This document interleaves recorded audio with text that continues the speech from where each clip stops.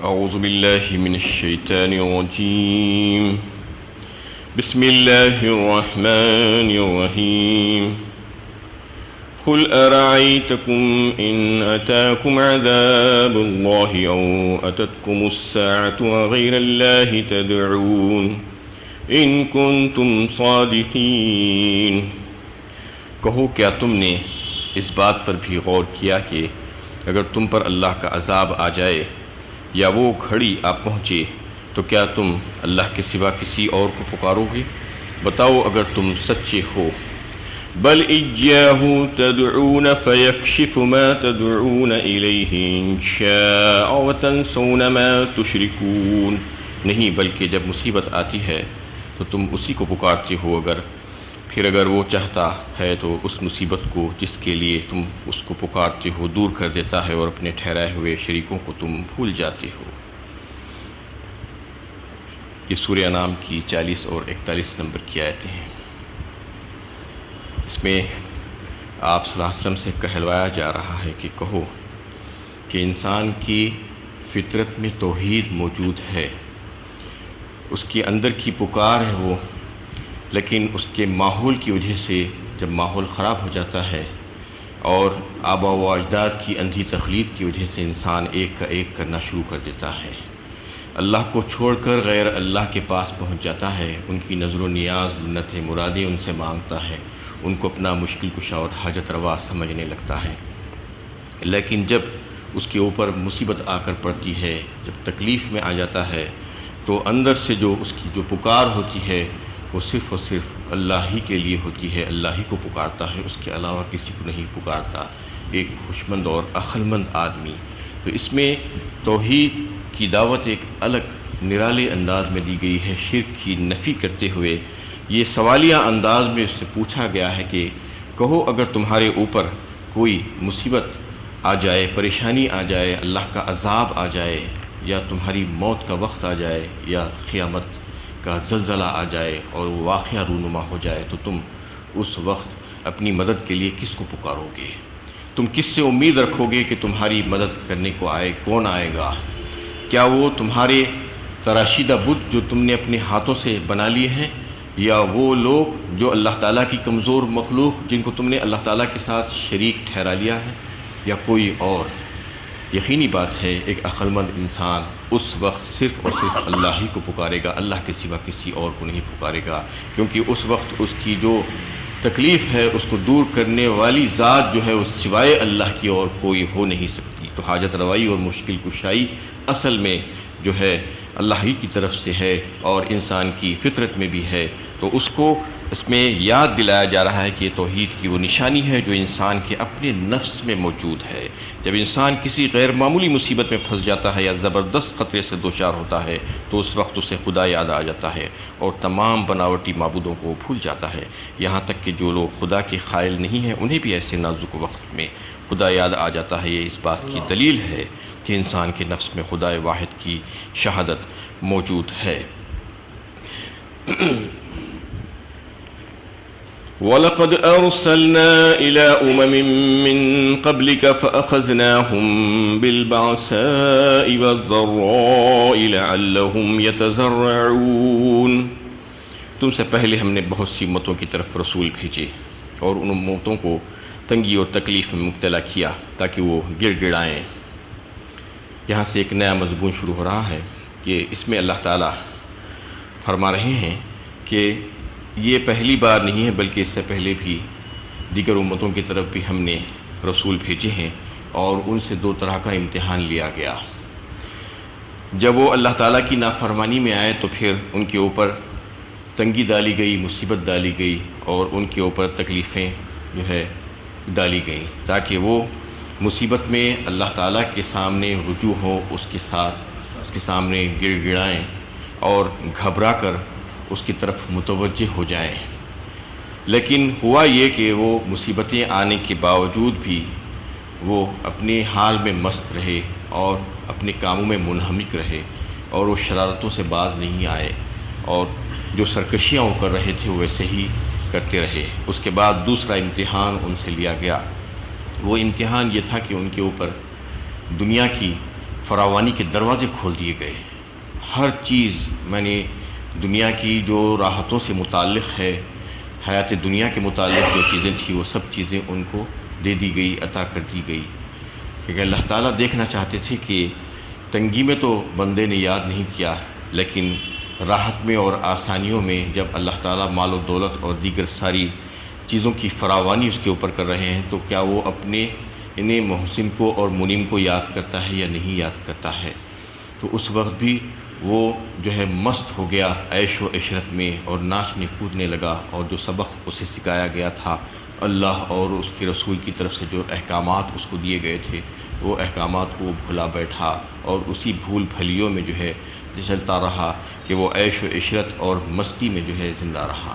اس کے اوپر حجت پوری کر دی گئی اور عذاب آیا اللہ تعالیٰ کا، اور ان لوگوں کی نسلوں کو اللہ تعالیٰ نے ختم کر دیا، باقی نہیں رکھا، نیست و نابود کر دیا گیا ان کو. تو اس میں یہ بتانا مقصود ہے کہ اللہ تعالیٰ جو عذاب بھیجتے ہیں قوموں پر انہی کے ظلم کی وجہ سے بھیجتے ہیں. ایک تو جو رسولوں کی جو امتیں تھیں ان کو پوری کی پوری ہلاک کر دیا گیا، کیونکہ انہوں نے تکذیب کی تھی، ان رسولوں کی بات کو نہیں مانا تھا، ان کو ایذائیں پہنچائی تھی اور ان کو تکلیفیں پہنچائی تھی. فَكُلًّا أَخَذْنَا بِذَنبِهِ فَمِنْهُمْ مَنْ أَرْسَلْنَا عَلَيْهِ حَاصِبًا وَمِنْهُمْ مَنْ أَخَذَتْهُ الصَّيْحَةُ وَمِنْهُمْ مَنْ خَسَفْنَا بِهِ الْأَرْضَ وَمِنْهُمْ مَنْ أَغْرَقْنَا وَمَا كَانَ اللَّهُ لِيَظْلِمَهُمْ وَلَكِنْ كَانُوا أَنفُسَهُمْ يَظْلِمُونَ. سورہ عنکبوت 20ویں پارے میں اللہ تعالیٰ اس کا تذکرہ فرما رہے ہیں کہ ہم نے ہر ایک کو پکڑا ان کو ان کے گناہوں کے سبب.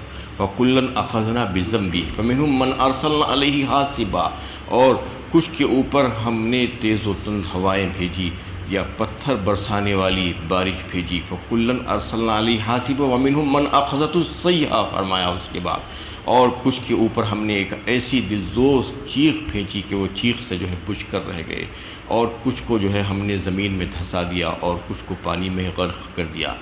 یہ سب کے سب ظالم تھے، انہوں نے اپنے اوپر ظلم کیا تھا، اللہ تعالیٰ ان کے اوپر ظلم کرنے والے نہیں تھے. مختلف قوموں کا انجام اللہ تعالیٰ اس میں بتا رہے ہیں، جیسا کہ قوم عاد کو اللہ تعالیٰ نے اس کے اوپر تیز و تند ہواؤں کو بھیجا اور مسلسل ان کے اوپر وہ ہوا اور آندھی چلتی رہی، اس کے بعد ایک بھی ان میں کا نہیں بچا. قوم سمود کے اوپر اللہ تعالیٰ نے ایک آواز بھیجی اور آواز کے ذریعے سے وہ ہلاک کر دیے گئے. قوم لوط کے اوپر اللہ تعالیٰ نے پتھر برسانے والی بارش بھیجی. اسی طریقے سے دیگر قوموں کے اوپر بھی قارون کو اللہ تعالیٰ نے اس کے خزانوں سمیت زمین میں دفن کر دیا، اس کا تذکرہ اللہ تعالیٰ فرماتے ہیں. اور پھر بعض قوموں کو اللہ تعالیٰ نے انہیں پانی میں غرق کر دیا، قوم فرعون، قوم نوح وغیرہ. اس کا تذکرہ اللہ تعالیٰ اس آیت میں سورہ عنکبوت کی آیت میں فرما رہے ہیں. بتانا یہ مقصود ہے کہ اللہ تعالیٰ قوموں کو اچانک نہیں پکڑتے اور ان کے اوپر عذاب نہیں بھیجتے، تدریجاً عذاب بھیجتے جاتے ہیں، اور وہ ایک عذاب کی اصل میں شکل ہوتی ہے، حقیقت میں وہ عذاب نہیں ہوتا ہے، بلکہ باخبر کرنے کے لیے، چونکانے کے لیے جو غفلت میں پڑے ہوئے جو لوگ ہیں ان کو، جو اس میں کے جو سعید اور اچھے لوگ ہیں وہ اپنی اصلاح کر لیں، اصلاح کر کے اللہ تعالیٰ کی طرف رجوع ہو جائیں. یہ اصل مقصد ہوتا ہے، عذاب دینا مقصد نہیں ہوتا ہے. وَلَنُذِيقَنَّهُم مِّنَ الْعَذَابِ الْأَدْنَىٰ دُونَ الْعَذَابِ الْأَكْبَرِ لَعَلَّهُمْ يَرْجِعُونَ. سورہ الف لام میم سجدہ 21ویں پارے میں اللہ تعالیٰ نے تذکرہ فرمایا تاکہ ہم چکائیں ان کو عذاب کی ایک جھلک اس سے پہلے کہ وہ بڑے عذاب میں گھیرے جائیں، تاکہ وہ اللہ تعالیٰ کی طرف رجوع ہو جائیں. مطلب یہ ہے کہ جو چھوٹے جو عذاب انسان کو جو پیش آتے ہیں، جو مصیبتیں اور جو تکلیفیں، جو نقصانات، وہ اصل میں جو ہے عذاب نہیں ہے، بلکہ اللہ تعالیٰ کی رحمت کا تقاضا ہے کہ اللہ تعالیٰ اپنے بندوں کو یہیں پر باخبر کر دیتے ہیں اور غفلت سے چونکا دینا چاہتے ہیں اور ان کو اپنی طرف رجوع کروانا چاہتے ہیں. اس لیے چھوٹی تکلیفوں میں ڈال کر اس کو اپنی طرف متوجہ کرنا چاہتے ہیں، یہی وجہ سے جو ہے یہ عذاب آتے ہیں. ورنہ دنیا دار العمل ہے، دار الجزا نہیں ہے، یہ بات سمجھ لینا چاہیے. یہاں پر اگر کوئی تکلیف یا پریشانی یا مصیبت آ رہی ہے یا نقصانات ہو رہے ہیں تو یہ یہاں کے عمل کی جزا اور سزا نہیں ہے، بلکہ اصل جو ہوگا وہ تو قیامت میں جو پیش آئے گا، وہ یوم الدین جو ہوگا وہ اس وقت پیش آئے گا. جو روز جزا جو رہے گا اس میں پوری جو ہے جزا اور سزا اس وقت ملنے والی ہے. یہاں پر تو نمونے کے طور پر یہ ساری چیزیں ملتی ہیں. عارفین تو یہ بات کہی ہے کہ نہ صرف عذاب بلکہ اللہ تعالیٰ کی طرف سے جو رحمتیں اور جو آسانیاں، جو آسائشیں، جو عافیت، جو امن بھی انسان کو میسر آتا ہے، وہ بھی ایک نمونہ ہی ہے دنیا میں، یعنی وہ بھی نمونہ ہے، اور عذاب اور تکلیف اور پریشانی اور مصیبت بھی ایک نمونہ ہے، دونوں نمونہ ہیں۔ جو راحتیں ہیں وہ جنت کا نمونہ ہے، اور جو مصیبتیں، جو تکلیفیں ہیں، جو کلفتیں ہیں، وہ عذاب جہنم کا ایک نمونہ ہے، تاکہ بندہ جو ہے اس سے اپنے آپ کو بچانے کی کوشش کرے، احتیاط کرے، اور جنت کی جو ہے نعمتوں کو پانے کے لیے ترغیب ہے کہ جو اس کو راحتیں اور آسائشیں دنیا میں ملتی ہے کہ اس کو اور مزید جو ہے محنت کرے اس کے پیچھے، اس کے لیے یہ ترغیب ہو جائے اور پھر وہ جنت کا حقدار بن جائے۔ یہی وجہ ہے کہ انہیں بعض لوگوں نے کہا ہے کہ یہ دنیا پوری کی پوری آخرت کا شوروم ہے، جیسا کہ ایک شوروم میں مال کو رکھ کر بیچا جاتا ہے، بتایا جاتا ہے، اس کو دکھایا جاتا ہے، ڈسپلے کیا جاتا ہے۔ سارا مال وہاں پر نہیں ہوتا، مال فیکٹری میں ہوتا ہے، اور ایک انہیں شوروم پر رکھ کر اس کو نمونے بتائے جاتے ہیں کہ یہ فلاں چیز کا نمونہ ایسا ہوگا، فلاں چیز کا نمونہ ایسا ہوگا۔ تو یہاں پر بھی اللہ تعالیٰ نے نمونے کے طور پر یہ ساری چیزیں رکھی ہیں۔ یہ دنیا بہت چھوٹی ہے، ختم ہو جانے والی ہے، فانی ہے، یہاں کی نعمتیں بہت تھوڑی سی ہیں، خلیل ہیں، باقی رہنے والی نہیں ہیں۔ صرف نمونے کے طور پر یہاں پر جو راحتیں اور آسائشیں، جو آرامیاں انسان کو جو میسر ہیں، وہ یہ بتانے کے لیے کہ جنت میں اس سے بہت زیادہ ملنے والی ہے آسائشیں، وہاں کی ہمیشگی ہے تمہارے لیے، اور وہاں کی نعمتیں بہت اچھی اور اعلیٰ ہوں گی، یہ بتانے کے لیے۔ اور یہاں پر جو مصیبتیں اور جو تکلیفیں، جو پریشانیاں انسان کو جھیلنی پڑتی ہیں، وہ بتانے کے لیے کہ جہنم کا عذاب اس سے بہت زیادہ ہے، اس سے بچنے کی کوشش کرو۔ یہ تو کچھ بھی نہیں ہے، یہ ایک نمونہ ہے، یہ ایک سیمپل ہے، یہ بتایا جاتا ہے۔ تو اس میں اللہ تعالیٰ یہ بتا رہے ہیں کہ قوموں کو جو ہے دو طرح سے امتحان اللہ تعالیٰ لیتے ہیں۔ ایک تو پہلے ان کو جھنجھوڑا جاتا ہے، ان کو باخبر کرنے کے لیے، ان کو خواب غفلت سے جگانے کے لیے کہ وہ دنیا میں جو مست ہو جاتے ہیں، اللہ کو بھلا بیٹھتے ہیں، تو جو اپنے خالق کو توڑ کر اس سے جو دور ہٹ گئی ہے جو مخلوق، وہ مخلوق سے کو پھر سے اللہ تعالیٰ جوڑنے کے لیے تدبیریں کرتے ہیں کہ انسان کے اوپر کچھ آزمائشیں ڈالی جاتی ہیں، کچھ تکلیفیں، کچھ مصیبتیں ڈالی جاتی ہیں، تاکہ وہ مخلوق جو کٹ گئی ہے اپنے خالق سے پھر سے اس کے ساتھ جڑ جائے، اس کا رشتہ اپنے خالق کے ساتھ مضبوط ہو جائے۔ یہ اللہ تعالیٰ کی محبت و شفقت اور مہربانی ہے کہ اسی دنیا میں جو ہے اپنے بندوں کو سدھارنا چاہتے ہیں، ان کی اصلاح کرنا چاہتے ہیں، ان کو باخبر کرنا چاہتے ہیں، تاکہ بڑے عذاب سے وہ محفوظ ہو جائیں۔ لیکن اس کے باوجود اگر جو ہے کوئی بات نہیں سمجھنا چاہتا، فلولا اذ جاءہم باسنا تضرعوا ولکن قست قلوبہم وزین لہم الشیطان ما کانوا یعملون، پھر ایسا کیوں نہ ہوا کہ جب ہماری طرف سے سختی آئی وہ گڑ گڑائے، بلکہ ان کے دل اور سخت ہو گئے، اور وہ برے کام کیے وہ کر رہے تھے، ان کو شیطان نے ان کی نظروں میں خوشنما بنا دیا۔